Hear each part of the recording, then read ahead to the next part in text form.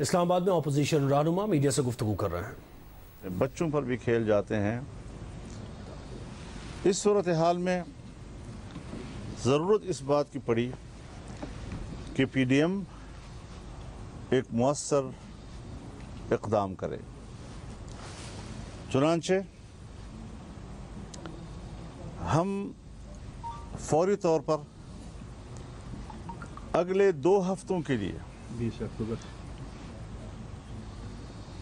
مظاہروں کا اعلان کر رہے ہیں پورے ملک میں۔ 19 کو 12 ربیع الاول ہے۔ 12 ربیع الاول کی تقریبات سے فارغ ہونے کے فوراً بعد ملک بھر میں ہر ضلعی ہیڈ کوارٹر پر مظاہرے کیے جائیں گے۔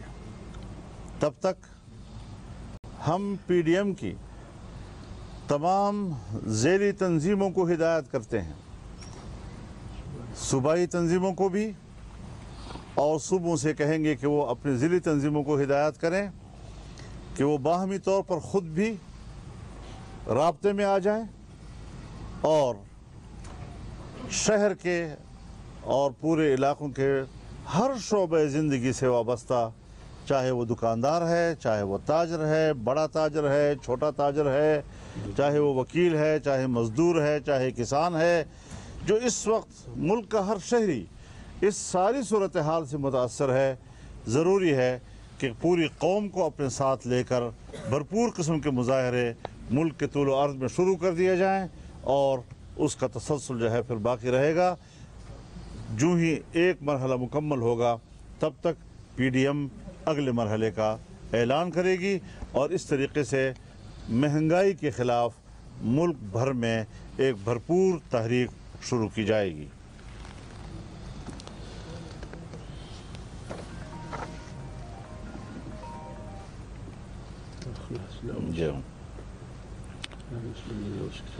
کل 18 اکتوبر ہے اور اسلام آباد مسلم لیگ ہاؤس میں پی ڈی ایم کا سربراہی اجلاس ہوگا، جس میں مہنگائی کے خلاف احتجاج کے علاوہ ایجنڈے پر کچھ دوسرے امور بھی ہیں جس پر متفقہ موقف اختیار کیا جائے گا، اور اس کے بعد پھر اسے میڈیا کے حوالے کیا جائے گا تاکہ ہمارے فیصلے قوم تک پہنچ سکیں۔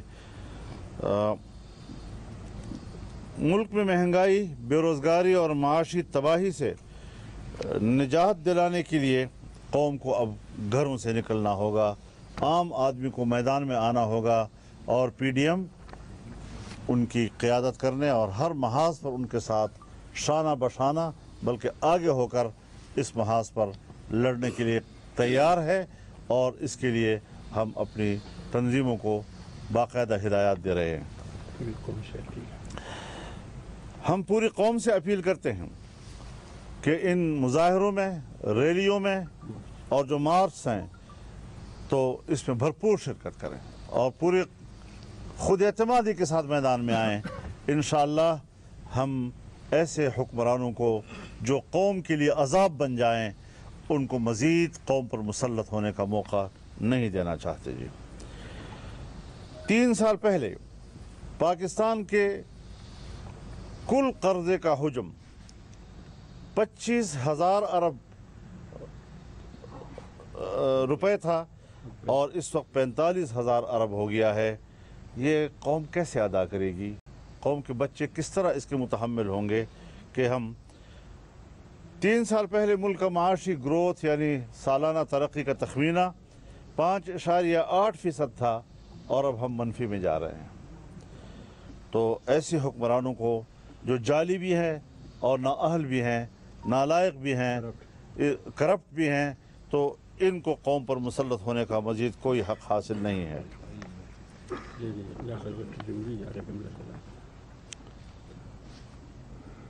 عوام اس وقت پیٹرولیم مصنوعات کی بڑھتی ہوئی قیمتوں کے بوجھ تلے دب گئے ہیں۔ حکومت نے 4 ماہ میں 8ویں بار پیٹرولیم مصنوعات مہنگی کی ہیں۔ 15 جون کے بعد اب تک پیٹرولیم مصنوعات 30 روپے سے